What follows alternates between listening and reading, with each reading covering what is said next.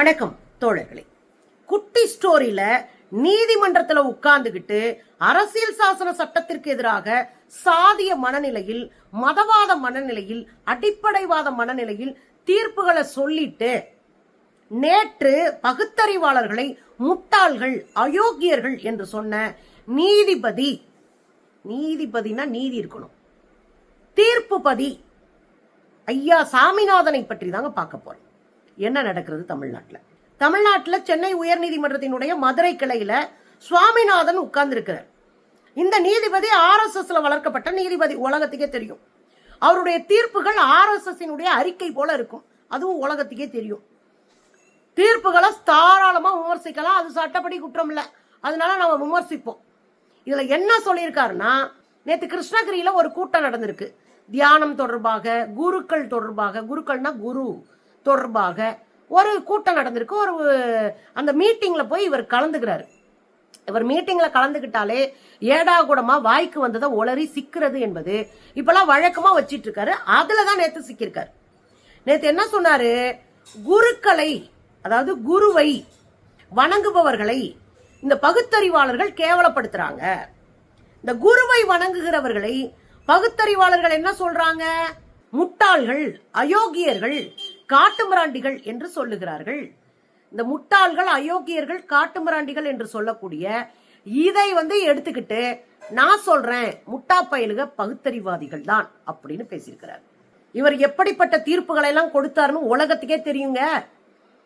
ஒரு விடுமுறைனால, மே மாசம் கோர்ட் விடுமுறையில இருக்கு, விடுமுறையில கவனிக்கிறதுக்கு ஒரு சிறப்பு கோர்ட் ஒரு சின்னதா இயங்கிட்டு இருக்கு. அதுல இவர் போய் உட்கார்ந்துகிட்டாரு சுவாமிநாதன். அதுல உட்கார்ந்துகிட்டு சங்கி பயல்களை வச்சு ஒரு வேலையை பார்க்கிறாரு. உச்ச நீதிமன்றம் 142 என்ற சிறப்பு அதிகாரத்தை பயன்படுத்தி ஆளுநர் கையெழுத்து போடாம வச்சிருந்த அத்தனையிலையும் நான் கையெழுத்து போடுறேன், போய் செய்ய அப்படின்னு கையெழுத்து போட்டு விட்டாங்க. அதுல ஒண்ணுதான், எல்லாமே கல்விக்கானது. அதுல ஒண்ணுதான், தமிழ்நாடு அரசே துணைவேந்தர்களை நியமிக்கும். தமிழ்நாடு அரசு துணைவேந்தர்களை நியமிக்கிற மிக முக்கியமான சட்டத்திற்கு கையெழுத்து போட்டு விட்டுருச்சு, தன்னுடைய தனி அதிகாரத்தை பயன்படுத்தி உச்ச நீதிமன்றம். அது போன உச்ச நீதிமன்றம், இப்ப இருக்கிறவரு சங்கி.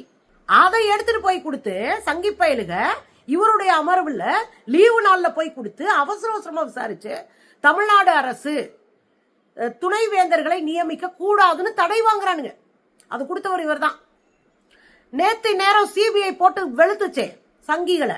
மைக்கேல் பட்டியில ஒரு பாப்பா 12ஆம் வகுப்பு படிக்கிறவங்க தற்கொலை பண்ணி இறந்துட்டாங்க. அதை மதம் மாற்றம் என்று திரிச்சு, அதை அயோக்கியத்தனம் செஞ்சு அசிங்கமா மாட்டி அவமானப்பட்டு நிக்குது இந்த சங்கி கும்பல். CBI அப்படி ஒண்ணு நடக்கவே இல்லைன்னு மூஞ்சியில காரி துப்பிருச்சு. CBI அறிக்கை அசிங்கப்படுத்திட்டு சங்கிகளை. அதுல அசிங்கப்பட்ட சங்கி நம்ம ஐயா சாமிநாதனும் கூட. ஏன்னா அவர் தான் தீர்ப்பு கொடுத்தாரு. இவங்க CBCID கேட்கிறாங்க, அந்த குழந்தையுடைய அப்பா அம்மா. ஆனா CBCID இல்ல, நான் CBI கொடுக்குறேன் அப்படின்னு கொடுத்தவர் தான் இந்த சாமிநாதன். அந்த CBI தான் புளிச்சுன்னு துப்புனது, ஞாபகம் இருக்குங்களா? தீபம் ஏத்துறதுல எவ்வளவு கடுசு காட்டினாரு.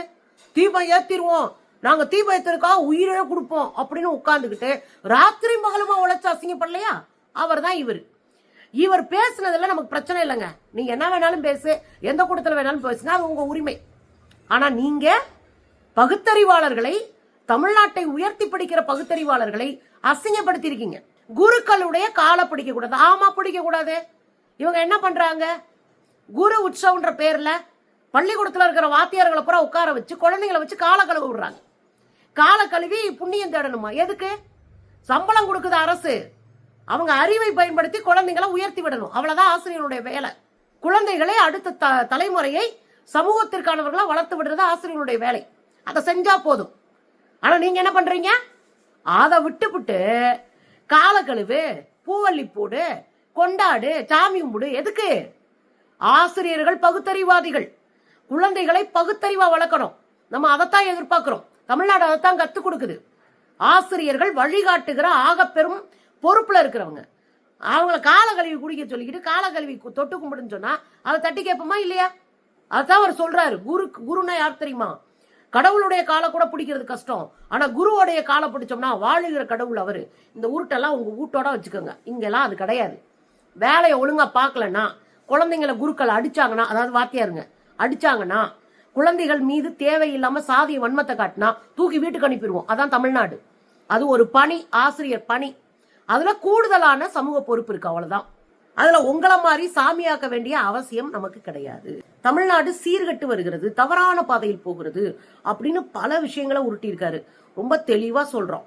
பகுத்தறிவாதிகள் காட்டுமிராண்டிகள், பகுத்தறிவாதிகள் முட்டாள்கள், பகுத்தறிவாதிகள் அயோக்கியர்கள் அப்படின்னு தொடர்ந்து பேசுறாருல.